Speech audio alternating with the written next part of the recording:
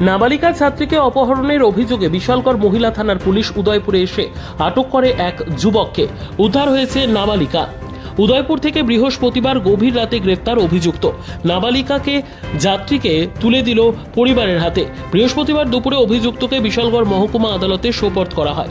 বিশালগড় মহিলা থানার পুলিশ জানায়, গত শনিবার অর্থাৎ 21শে সেপ্টেম্বর বিশালগড় দ্বাদশ শ্রেণী বিদ্যালয়ের অষ্টম শ্রেণীর পড়ুয়া নাবালিকাকে অপহরণ করে নিয়ে যায় সাগর ভৌমিক নামের এক যুবক।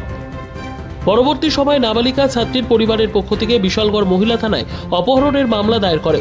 বিশালগড় মহিলা থানার ওসি শিউলি দাসের নেতৃত্বে পুলিশ সহ টিএসআর জওয়ান অভিযান চালিয়ে বৃহস্পতিবার গভীর রাতে নাবালিকা ছাত্রীকে উদ্ধার করে।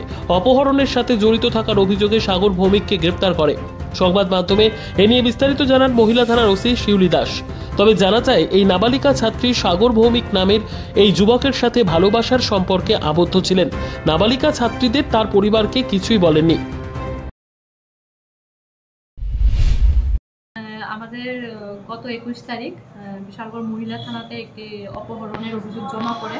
ওই অভিযোগের ভিত্তিতে আমরা একটি বিশালগড় থানাতে মামলা রেজিস্টার করি এবং সাগর ভৌমিক হলে এই কেসের মূল আসামি। তো ওকে আজকে আমরা সন্ধান পাই। আজকে আসামি সাগর ভৌমিককে অ্যারেস্ট করি এবং নাবালিকা মেয়েটিকে উদ্ধার করি। কোন জায়গা থেকে উদ্ধার হয়েছে? আমরা উদয়পুর থেকে উদ্ধার করি। কবে নাগাদ অপহরণ হয়েছিল? আজকে। অপহরণ কবে হয়েছিল? অপহরণ হয়েছিল গত 21 তারিখ, 21 নয় 2024 তারিখ। নিজস্ব প্রতিনিধির রিপোর্ট, দুরন্ত টিভি।